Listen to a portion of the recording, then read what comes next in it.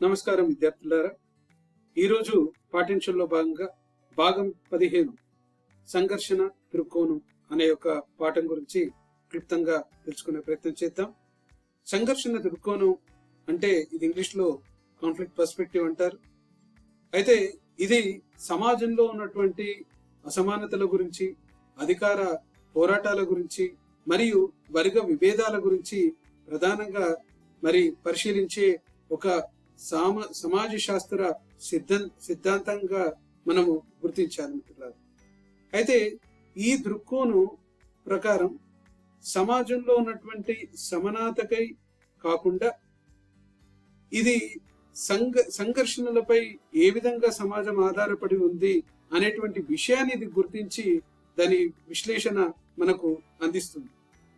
అయితే సంపద, అధికారం మరియు వనరుల ఆధారంగా సమాజంలో అసమానతలు ఏ విధంగా ఏర్పడ్డాయి అనేటువంటి ఒక విషయాలన్నీ కూడా ఈ యొక్క సంఘర్షణ దృక్కోణం మనకు ప్రధానంగా సూచిస్తుంది, వివరిస్తుంది.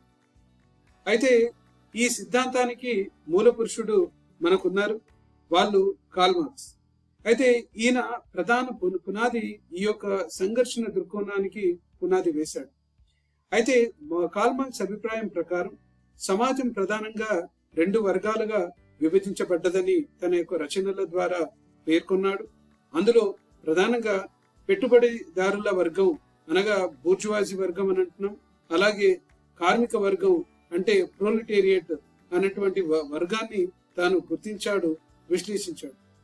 అయితే పెట్టుబడిదారులు ఉత్పత్తి సాధనాలను తమ ఆధీనంలో ఉంచుకొని కార్మికుల శ్రమను దోపిడీ చేస్తారని కార్ల్ మార్క్స్ పేర్కొన్నాడు. ఈ దోపిడీ వర్గ పోరాటానికి ఈ దోపిడీ అంతా కూడా ఒక వర్గ పోరాటానికి దారి తీస్తుందని ఆయన ప్రధానంగా నమ్మాడు. అయితే సంఘర్షణ దృక్కోణ ప్రధాన భావనలు ఏ విధంగా ఉంటాయి అనే విషయం ఇప్పుడు తెలుసుకునే ప్రయత్నం మనం చేద్దాం. ఇందులో ప్రధానంగా మనకు వర్గ పోరాటం అంటే సమాజ అభివృద్ధి వర్గాల మధ్య జరిగే సంఘర్షణల ఫలితమని ఈ దృక్కోణం మనకు చెబుతుంది.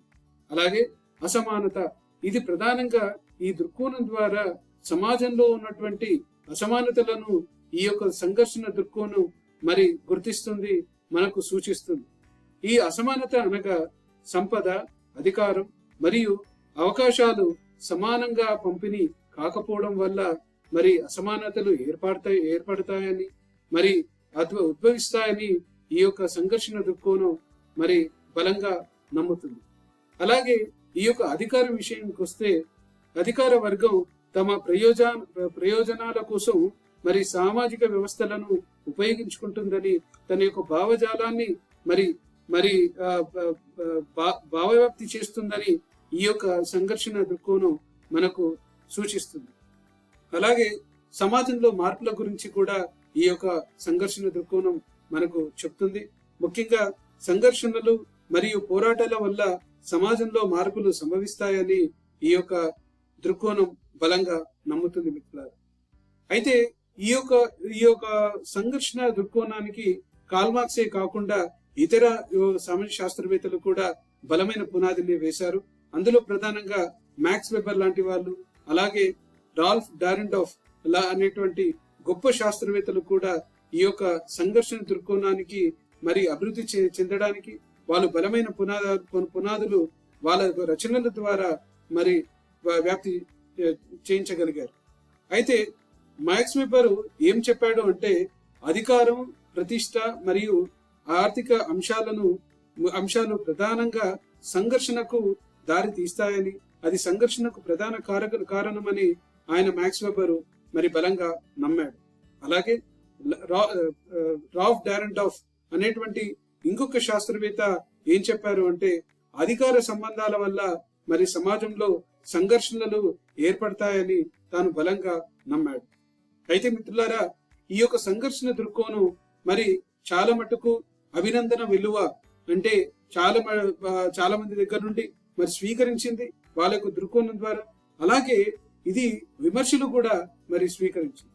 ఏంటి ఆ ప్రధాన విమర్శలు అని అంటే ఈ దృక్కోణం సమాజంలో ఉన్న ఐక్యత మరియు సహకారాన్ని తక్కువగా పరిగణిస్తుంది.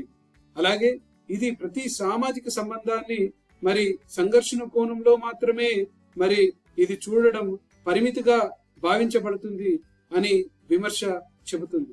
ఇంకొక ప్రధాన విమర్శ ఏమిటి అంటే సమాజ స్థిరత్వానికి సంబంధించిన అంశాలకు మరి తగిన ప్రాధాన్యము ఈ యొక్క సంఘర్షణ దృక్కోణం ఇవ్వలేదు అని తీవ్ర విమర్శలు ఇతర శాస్త్రవేత్తలు దీనిపై విమర్శ చేశారు.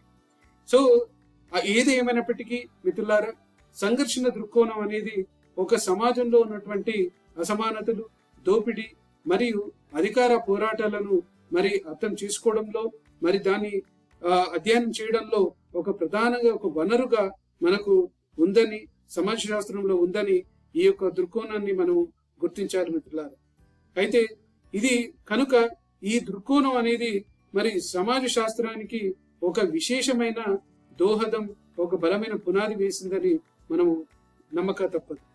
సో కావున మిత్రులారా, ఈ యొక్క భాగంలో సంఘర్షణ దృక్కోణం గురించి తెలుసుకోగలిగాం. నమస్కారం.